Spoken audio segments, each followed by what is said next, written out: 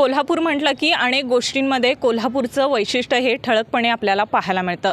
तसंच कोल्हापुरात एक म्हण आहे, घाटाला होळी आणि देवीला पोळी ही एक म्हण आहे आणि त्यानुसारच पंचगंगा आज आपण घाटावरती आलेलो आहोत। या ठिकाणी अनेक गावातील लोक हे दहनासाठी प्रेत दहनासाठी येत असतात आणि या ठिकाणी नेमकी सेवा कशी दिली जाते, प्रशासनाकडून कसं कामकाज केलं जातं या संदर्भात आपण जाणून घेऊया। आपल्यासोबत आरोग्य निरीक्षक आहेत, त्यांच्याकडूनच संपूर्ण माहिती जाणून घेऊयात। नमस्कार सर। नमस्कार, माझं नाव महेश विष्णू भोसले, आरोग्य निरीक्षक। आपल्याकडे कोल्हापूर महानगरपालिकेअंतर्गत 4 स्मशानभूमी आहेत। एक पंचगंगा स्मशानभूमी, दुसरी आहे बावडा स्मशानभूमी, तिसरी कदमवाडी स्मशानभूमी आणि चौथी बापटकॅम स्मशानभूमी। आपल्या पंचगंगा स्मशानभूमी ही सगळ्यात मेन स्मशानभूमी, कोल्हापूरची ही मेन स्मशानभूमी आहे। इथे आपल्याकडे सरासरी रोजच्या 17 ते 18 बॉड्या येतात। आपल्याकडे टोटल कर्मचारी वर्ग आहे 18, ते 3 शिफ्टमध्ये काम चालतं आहे आपलं। 8 ते 12, 12 ते रात्री 8 आणि रात्री 8 ते सकाळी 8 असे 3 शिफ्टमध्ये काम चालते।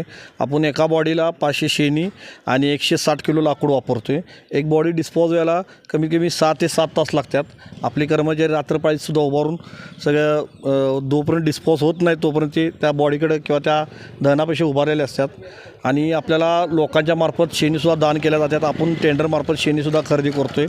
अनेक दानशूर लोक आपल्याला शेणी दान करून लाकडं फोडायला देतात। आणि इकडे आपल्याला बघितलं गेलं तर मागच्या साईडला आता किती टन आले आपल्या लाकडूचे, एक 7 ते 8 टन आपल्याला लाकूडसुद्धा देणगी स्वरूपात आलेलं आहे।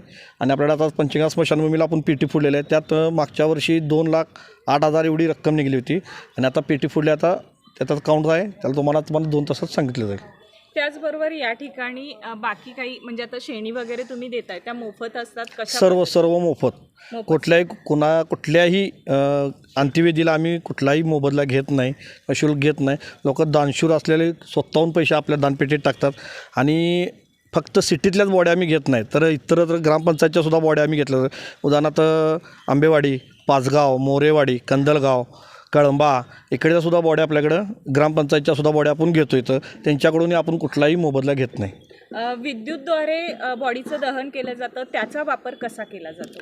त्याला अजून आम्हाला लोकांनी प्रतिसाद दिलेला नाही। आपण आता ज्या बॉड्या घालतो तिथं ते एकतर बेवारस असतात, त्या बॉड्या आपण तिथं अंत्यविधीला घेतो आहे। आणि आम्ही जनजागृती आणि त्या लोकांना सांगतो आहे की बाबा नागरिकांना प्रतिसाद करावा सांगतो की आम्हाला इकडं विद्युत दहनीला पण आम्हाला बॉड्या देत चला। अजून त्यांच्यात अशी सुधारणा अशी म्हणावी तशी झालेली नाही।